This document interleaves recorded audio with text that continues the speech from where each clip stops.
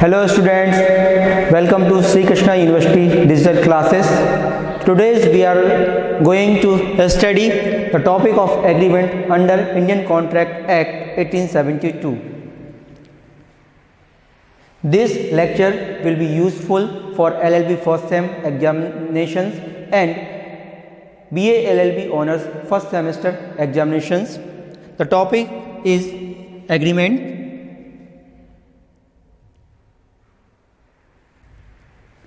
The term agreement is mostly used in our common language. We all time use agreement or contract. Now the time is to know what is agreement. In this topic we will read in 5 ways to agreement. Agreement is also known by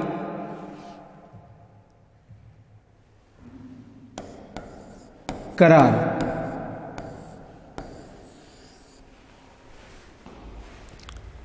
The topic is divided in 5 categories. First, I will introduce you about agreement. करार के बारे में संक्षिप्त परिचय मैं आपको दूंगा. Subject matter. In subject matter, we will read essential elements of agreement and kinds of agreement. In third clause, we will read related pronouncement or judgments of High Court, Supreme Court and Privy Council. Last and second last provision is conclusion. उपसंहार बोलते हैं इसको हिंदी में. उपसंहार के अंतर्गत we will summarize the topic in reference I had mentioned from which place I had collected material for your studies.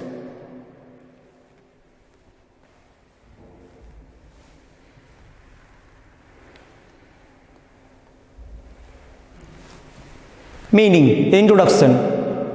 Agreement means the state of agreeing with somebody something. Means same thing in the same sense. एक भाव में एक चीज को करने के लिए दो पार्टीज, दो पक्षकार तैयार हो जाते हैं. That is agreement. The word agreement is defined under section 2E of Indian Contract Act as follows. Every promise means agreement will be start by the promise. The basic essential element of agreement is promise. A promise may be in set of promises. There is no necessity one promise include under the agreement. Promises or every set of promises may also be complete agreement, forming the consideration for each other. Here it is necessary to know what is the meaning of each other. Each other means promisor and promisee. The person who is making proposal is called to be promisor, and to whom a proposal is created is promisee. Every promise, when the proposal is accepted, it becomes promise. So every promise, or there may be some more promises or set of promises which provide consideration to each other. A person who is making proposal, there should be a consideration for on behalf of promisee. Consideration means something value or money or any things. So it is clear, every promise or every set of promises forming the consideration for each other is an agreement. Next is subject matter. इस topic में आप लोगों को essential elements और kinds of agreement के बारे में बताने जा रहा हूं. फर्स्ट है promise. Promise I had told in introduction.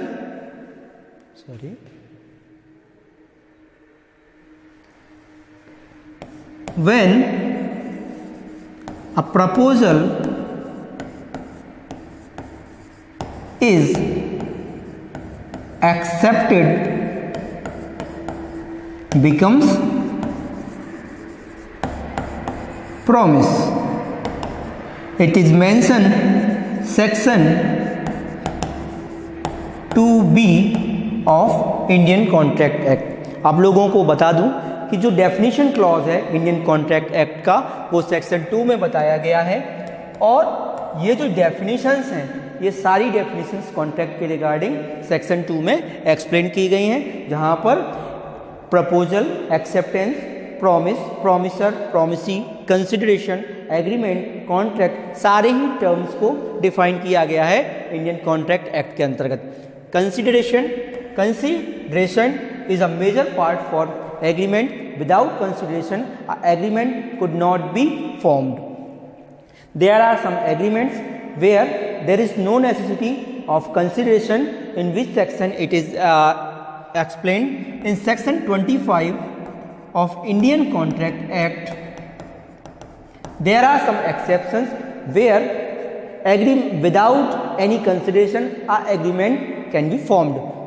These conditions is explained in section 25 of Indian Contract Act. तो प्रतिफल की जहां पे आवश्यकता नहीं होगी ऐसे कुछ एक्सेप्शंस भी भारतीय संविदा अधिनियम की धारा 1872 में बताए गए हैं। और ऐसे एग्रीमेंट्स कौन से होंगे? जो नेचुरल लव एंड अफेक्शंस में एक्सप्लेन किए गए हैं। वॉलंटरली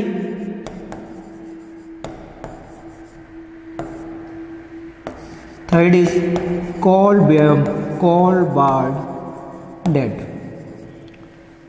मोस्टली तो सारे एग्रीमेंट्स में कंसिडरेशन की आवश्यकता है, लेकिन कुछ ऐसी परिस्थितियां भी इंडियन कॉन्ट्रैक्ट एक्ट के अंतर्गत एक्सप्लेन की गई हैं जहां पर बिना consideration, without consideration agreement can be formed. These conditions are explained specifically in section 25. It is also exception of consideration. अगर पेरेंट्स अपने बच्चों के साथ कोई प्रॉमिस कर देते हैं और उस प्रॉमिस को रजिस्टर्ड करा देते हैं तो भी ऐसे एग्रीमेंट्स में उनको कोई कंसिडरेशन नहीं देना पड़ता है। वॉलंटरली किसी चीज़ को, कोई डेट है, ऋण है, उसको आपने स्वेच्छा छोड़ने के लिए बोल दिया है, देन इस कंडीशंस में भी there is no necessity for consideration. कुछ एग्रीमेंट्स हैं दोज आर कॉल्ड बार्ड है, जो समय के साथ रोके गए हैं। ऐसे एग्रीमेंट्स में भी कंसिडरेशन की आवश्यकता नहीं होती है। फॉर एग्जाम्पल गिफ्ट, जब कभी हम किसी व्यक्ति को कोई चीज़ दान देते हैं या गिफ्ट देते हैं तो उसके बदले में हम कोई कंसिडरेशन नहीं लेते हैं, लेकिन इस प्रकार के एग्रीमेंट भी बिना कंसिडरेशन के कॉन्ट्रैक्ट की कैटेगरी में आते हैं। So this was the part of consideration. Consideration is defined under section 2D of Indian contract act. जब कोई व्यक्ति वचनदाता, प्रॉमिसर कुछ करता है, कुछ करने से प्रवृत्त रहता है, कुछ करने का वचन देता है, then the act abstinence and promise shall be called consideration. So this is consideration. Promisor and promisee. Promisor is defined section 2C of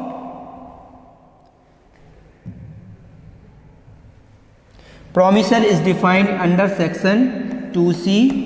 Promisee is also defined in 2C. A person who make proposal is called promisor.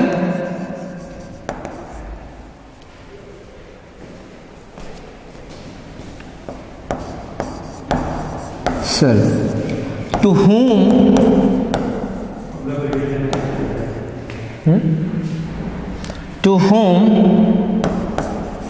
the proposal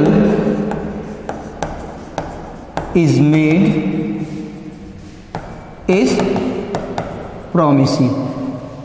So जिस व्यक्ति के द्वारा proposal बनाया जाता है वह promisor होता है, वचनदाता होता है. जिस व्यक्ति के लिए प्रपोजल बनाया जाता है that person shall be called promisee और वचन ग्रहीता. So these are the elements of agreement. For a complete agreement there shall be these three contents. If there is no these kinds of elements, then the agreement shall not be called complete agreement. Next is kinds of agreement. First is void agreement. Second is valid agreement. Third is illegal agreement. These are the basic categories of agreement. करार के ये 3 category basics agreements की categories हैं. Void agreement. Void agreement is defined under section 2E Indian Contract Act 1872. In last lecture I had explained literally meaning of contract and also defined contract under section 2H of Indian Contract Act, where I had explained an agreement is enforceable by law is contract. In negative way, an agreement is not enforceable by law is an void agreement. Agreement which cannot be enforced by law shall be called as void agreement. Here in section 2E it is explained that an agreement not enforceable by law is said to be void. Under Indian Contract Act there are some categories in which a agreement shall declared by law or by law of contract as void. Under some sections there are basically mostly 7 sections, जबकि कुछ जगह पे और भी circumstances हैं. इन 7 जो circumstances हैं, in these circumstances the agreement always be void. First circumstance is mentioned in section 26. Section 26 में बताया गया है कि agreement in restaurant of marriage shall be void. अगर कोई व्यक्ति किसी व्यक्ति को जो कॉम्पिटेंट है विवाह करने के लिए और उसके विवाह को रोकने के लिए कोई एग्रीमेंट करता है, then that agreement shall be called void agreement. Means विवाह के अवरोधक करार प्रारंभतः और शून्य ही होते हैं. किसी व्यक्ति के विवाह को रोकने के लिए जो लॉ के अकॉर्डिंग मेजर है, कॉम्पिटेंट है मैरिज करने के लिए, तो उसके विवाह को रोकने के लिए कोई करार नहीं किए जाएंगे. और यदि ऐसे कोई करार क्रिएट किए जाते हैं तो वह एग्रीमेंट वॉइड घोषित किए गए हैं. कहाँ पर? Under section 26 of Indian contract act. Same section 27 Indian constitution में हर व्यक्ति को ट्रेड एंड कॉमर्स की इंडिपेंडेंस दी गई है आर्टिकल 19 में. और किसी व्यक्ति को अगर ट्रेड करने से रोका जाता है, कोई एग्रीमेंट क्रिएट किया जाता है किसी व्यक्ति को रेस्ट्रेंट ऑफ ट्रेड के लिए, तो ऐसे सारे करार जो भी किसी व्यक्ति को लीगल ट्रेड करने के लिए, इस यहाँ पे ये नहीं बताया गया है कि आप कोई अवैधानिक कार्य करने का व्यापार करते हैं तो वहाँ पे लीगली रोका जा सकता है. लेकिन जिस व्यापार एवं व्यवसाय की स्वतंत्रता के लिए लॉ डिक्लेयर करता है कि every person is competent to trade और कॉमर्स, सो दैट ट्रेड को रोकने के लिए कोई प्रकार के ना तो एग्रीमेंट किए जाते हैं. If any person creating a agreement to restraint of trade to any person, then that agreement shall be called void agreement. So this was the second condition where a agreement not enforceable by law according to Contract Act. Third point is agreement in restraint of legal proceedings. In section 28, this provision is mentioned, कोई व्यक्ति है, किसी की property का झगड़ा है या कोई क्रिमिनल मैटर है, तो ऐसी लीगल प्रोसीडिंग्स को स्यू करने के लिए, फाइल करने के लिए किसी व्यक्ति को रोका नहीं जाएगा, ना ही उसको कोई एग्रीमेंट, ऐसे कोई agreement shall B complete agreement if any agreement is restraining to a person to filing a legal case or legal proceedings, तो ऐसे कोई करार नहीं किए जाएंगे जिनसे किसी व्यक्ति को विधिक कार्यवाही करने में रोकने के लिए कोई एग्रीमेंट किया जाए.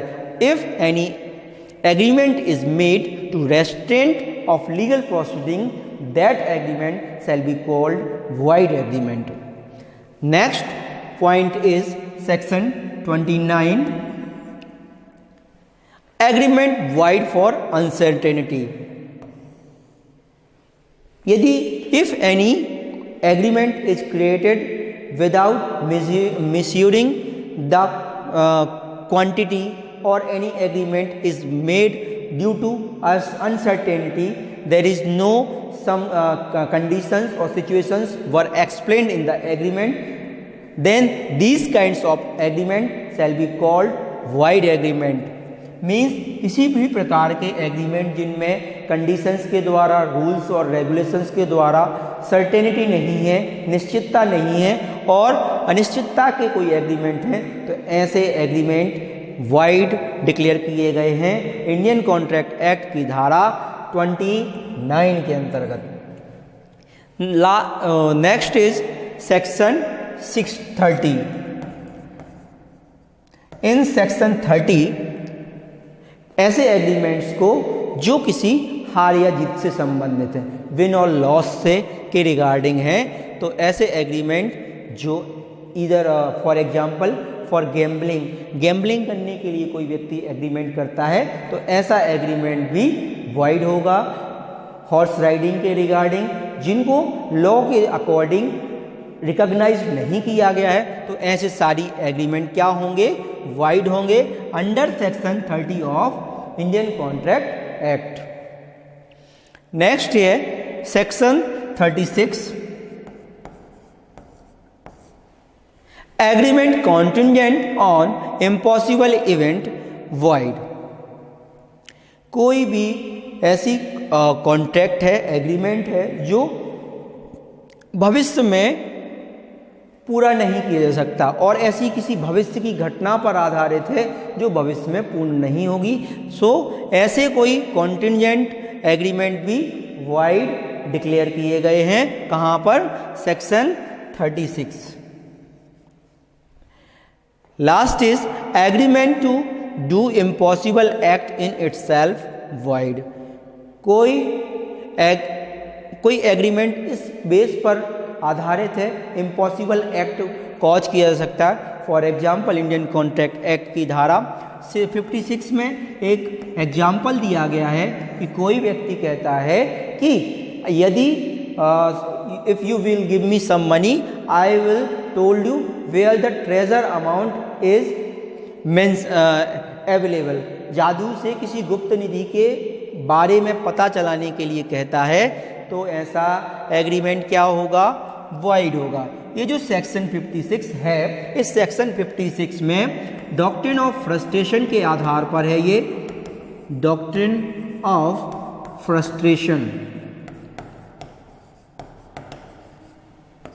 हिंदी में इसको नैराश्यता का सिद्धांत कहते हैं और ये काफ़ी इंपॉर्टेंट सेक्शन है.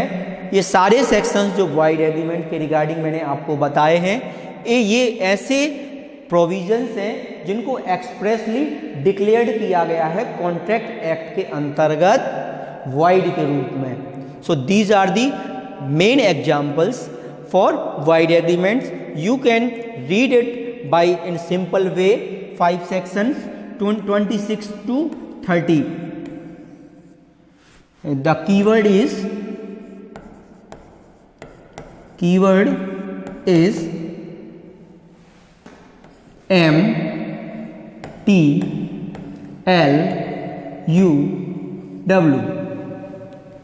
अगर आप इस MTLUW को पढ़ लेते हैं तो आसानी से ये 5 सेक्शन आपके 26, 27, 28, 29 और 30 from M you will have to remember marriage, T trade, L legal proceedings, U uncertainty, W से vigor। तो आपको ये 5 सेक्शंस जिनमें एग्रीमेंट को वाइड डिक्लेयर किया गया है आसानी से याद कर सकते हैं। ये सेक्शंस आप लोगों को याद करने ही पड़ेंगे अगर आप कंपटीशन एग्जाम में सिविल जज में बैठते हैं, आपके एकेडमिक एग्जाम में बैठते हैं, LLB में बैठते हैं, BA LLB या कोई और कंपटीशन एग्जाम में, तो इनसे क्वेश्चंस हमेशा ही बनते हैं कि कहाँ पर विवाह विरोधक करार शून्य बताए गए हैं, कहाँ पे लीगल प्रोसीडिंग्स की रेस्ट्रेंट करने के लिए प्रोविजंस बताए गए हैं। So you should have to remember the section of void agreements 36 and 56 you should also learn because these are very important sections regarding wide agreement too and your for future examinations like civil judge, ADPO and so. So this was the category of wide agreement. Those are declared wide by Indian Contract Act 1872. Next category of agreement is valid agreement. So मैंने आपको agreement की definition बताई। Agreement में जो definition बताई गई वो जो वैलिड एग्रीमेंट की ही डेफिनेशन है, क्योंकि एग्रीमेंट वो होगा जो सेक्शन 2E में डिफाइन किया गया है। Valid agreement and agreement is same because these are recognized by law as an agreement. Every promise and every set of promises forming the consideration for each other called valid agreement. So definition of valid agreement and agreement is same, and it is mentioned, you will have to always remember, it is mentioned in section 2E under Indian Contract Act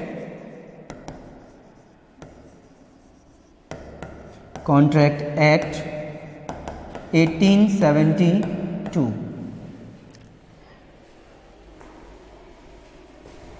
Next is illegal agreement. If any person is agreeing for illegal activities, these kinds of agreements shall be called legal agreement. By the way of illegal agreement definition is an agreement which forbids law and opposed to public policy is a illegal agreement. There are two content which forbids. आप law के according जो law में बोला गया है, law को follow करने के लिए, उस लॉ के अगेंस्ट में कोई एग्रीमेंट कर रहे हैं, that agreement shall be called illegal agreement. If you are agreeing for a policy which is totally against to public policies, means जनसाधारण को आप नुकसान करने के लिए कोई एग्रीमेंट कर रहे हैं, that is illegal agreement. And illegal agreement can not be enforced by law under Indian contract act. In consideration for illegal agreements, you will have to know also section 23, where explained which any agreement for made 5 conditions are there, जहाँ पे बताया गया है कि कौन सी consideration unlawful होंगी. अगर consideration unlawful होंगी then agreement will be illegal. Those conditions are forbidden by law,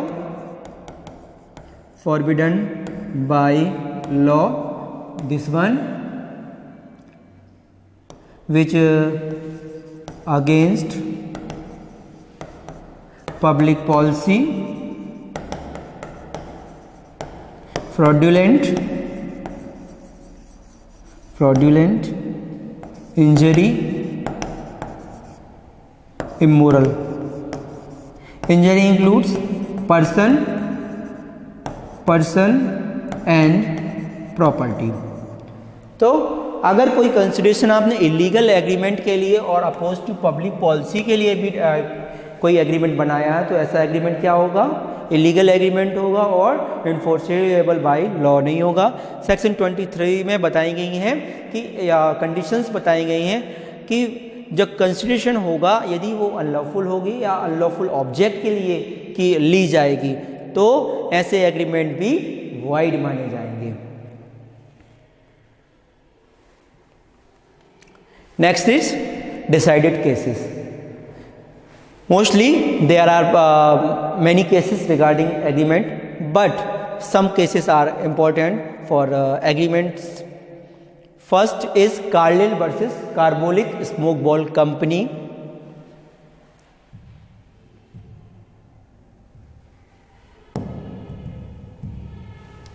This case is very important case for the agreement. इस केस में आज के परिप्रेक्ष्य में भी इस केस को पढ़ा जा सकता है और on that time it was very essentials. उस टाइम पे क्या हुआ था, यूरोप में कोई इन्फ्लुएंजा फैला हुआ था। इन्फ्लुएंजा फैले के दौरान कार्बोलिक स्मोक बॉल कंपनी ने एक मेडिसिन और वैक्सीन तैयार की। उस वैक्सीन को तैयार करने के बाद उन्होंने एक ऐड निकाला, अपनी जो मेडिसिन थी, ड्रग्स थी, उस ड्रग्स के ऊपर लिखा यदि कोई व्यक्ति कार्बोलिक स्मोक बॉल कंपनी के द्वारा तैयार की गई वैक्सीन से सही नहीं होता है then carbolic smoke ball company shall pay so and so money, may be 100 pound. But उनकी जो वैक्सीन थी वो बिक रही थी, लेकिन कार्लिल नाम के एक जो प्लेंटिफ थे या एप्लीकेंट थे, उन्होंने वो ड्रग यूज़ की, लेकिन ड्रग यूज़ करने के बाद उनको कोई लाभ नहीं मिला, रिलीफ नहीं मिला। तो कार्लिल एप्लीकेंट थे उन लोगों ने कोर्ट में लगाया। प्रिवी काउंसिल ने के समक्ष ये मामला आया। प्रिवी काउंसिल ने डिसाइड किया कि carbolic smoke ball company should have to pay so and so amount which were mentioned in their drug advertisement. So in this case the agreement was enforced or the agreement is called legal agreement or valid agreement between customer and employee. Rao Rani versus Gulab Rani case is upon section 26, which is section 26 marriage को रोकने के लिए अगर कोई करार किए जाते हैं, ऐसे व्यक्ति जो मैरिज करने के लिए सक्षम है, तो ऐसे करार क्या होंगे, शून्य होंगे। Rao Rani versus Gulab Rani, Richardson versus Mellis, Gherulal versus Mahadev Prasad, Bhikambai versus Hiralal and Mohori Bibi versus Dharmodas Ghose case was very important case for regarding agreement. In Mohari Bibi versus Dharmodas Ghosh case, it was explained agreement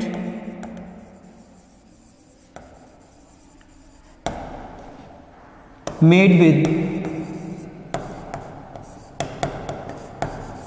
minor shall be void from ab initio. Means it was declared there is some problems in before 1903.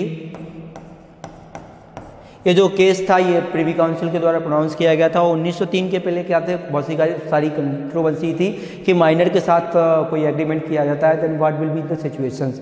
In section 11 it is explained कि एक minor जो है वो agreement करने के लिए competent नहीं है, और साथ में 64-65 सेक्शंस में ये एक्सप्लेन किया गया था कि किस स्थिति में क्या वो रिकवर किए जा सकेंगे, जो एग्रीमेंट के द्वारा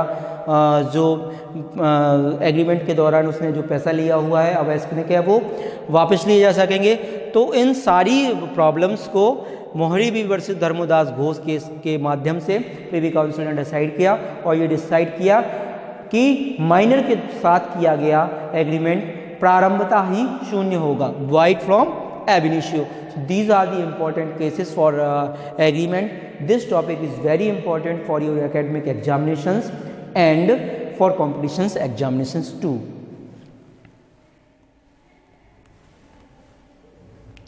In conclusion, I would like to explain कि जो एग्रीमेंट है, एग्रीमेंट का जो टर्म्स था इंडियन हिस्ट्री में पहले जो आपका हिंदू एरा था, हिंदू मेथोडोलॉजी थी, उस दौरान एग्रीमेंट और कॉन्ट्रैक्ट के रिगार्डिंग कुछ खास प्रोविजंस नहीं थे।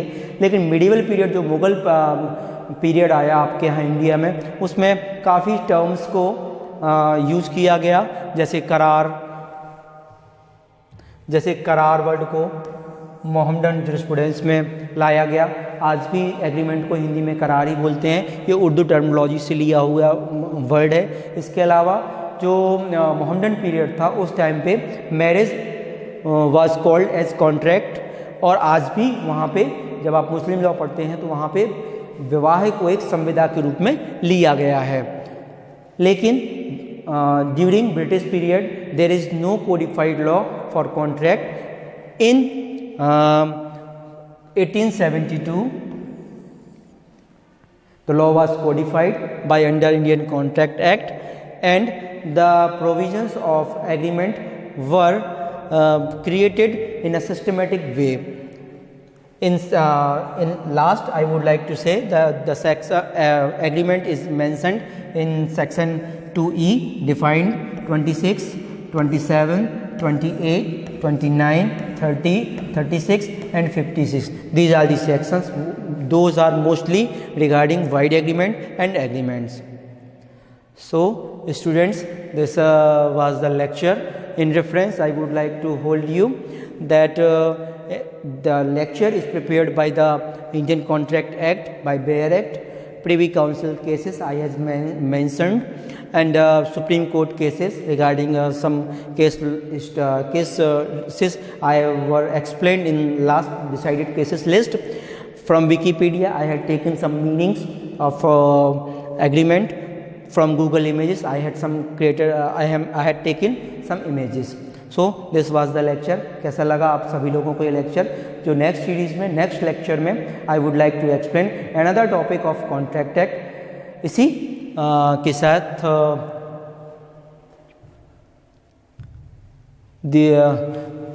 so this was the final lecture, and in next lecture we will prepare soon. So till the next lecture, thank you.